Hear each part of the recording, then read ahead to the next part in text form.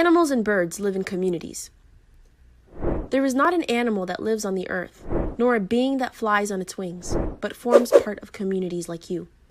Al-Quran, chapter 6, verse 38. Research has shown that animals and birds live in communities, i.e. they organize and live and work together. Everything made in pairs. And of everything we have created pairs. Al-Quran, chapter 51, verse 49. This refers to things other than humans, animals, plants, and fruits. It may also be referring to a phenomenon like electricity, in which the atoms consist of negatively and positively charged electrons and protons. Glory to Allah, who created in pairs all things that the earth produces, as well as their own humankind and other things of which they have no knowledge. Al-Quran, chapter 36, verse 36. The Quran here states that everything is created in pairs, including things that the humans do not know at the present and may discover later. Lifestyle and communication of ants. Consider the following Quranic verse. And before Sulaiman were marshaled his hosts of jinn and men and birds, and they were all kept in order and ranks.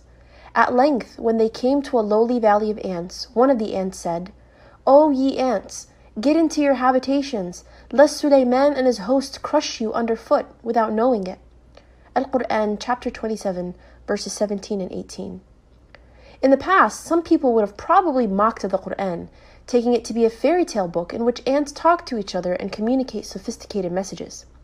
In recent times, research has shown us several facts about the lifestyle of ants, which were not known earlier to mankind.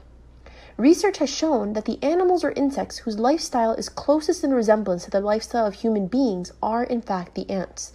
This can be seen from the following findings regarding ants. A. The ants bury their dead in a manner similar to humans. B. They have a sophisticated system of division of labor, whereby they have managers, supervisors, foremen, workers, etc. C. Once in a while, they meet amongst themselves to have a chat. D. They have an advanced method of communication amongst themselves. E. They hold regular markets wherein they exchange goods. F. They store grains for long periods in winter, and if the grain begins to bud, they cut the roots, as if they understand that if they leave it to grow, it will rot. If the grains stored by them get wet due to rains, they take these grains out into the sunlight to dry. And once these grains are dry, they take them back inside as though they know that humidity will cause development of root systems and thereafter rotting of the grain. Barrier between sweet and salt waters. Consider the following Quranic verse. He has let free the two bodies of flowing water, meeting together. Between them is a barrier which they do not transgress.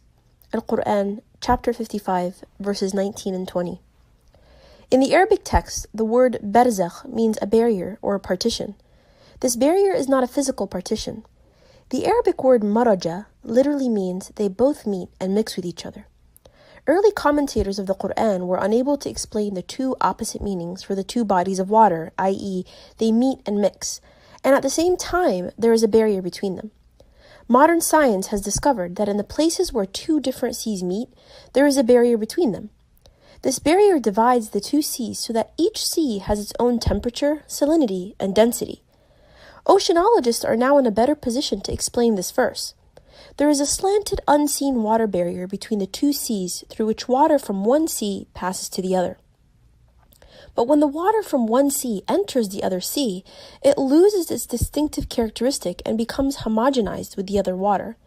In a way, this barrier serves as a transitional homogenizing area for the two waters. The scientific phenomenon mentioned in the Quran was also confirmed by Dr. William Hay, who was a well-known marine scientist and professor of geological sciences at the University of Colorado. The Quran mentions this phenomenon also in the following verse. And made a separating bar between the two bodies of flowing water. Al-Quran, chapter 27, verse 61. This phenomenon occurs in several places, including the divider between the Mediterranean and the Atlantic Ocean at Gibraltar. But when the Quran speaks about the divider between fresh and salt water, it mentions the existence of a forbidding partition with the barrier. It is He who has let free the two bodies of flowing water, one palatable and sweet, and the other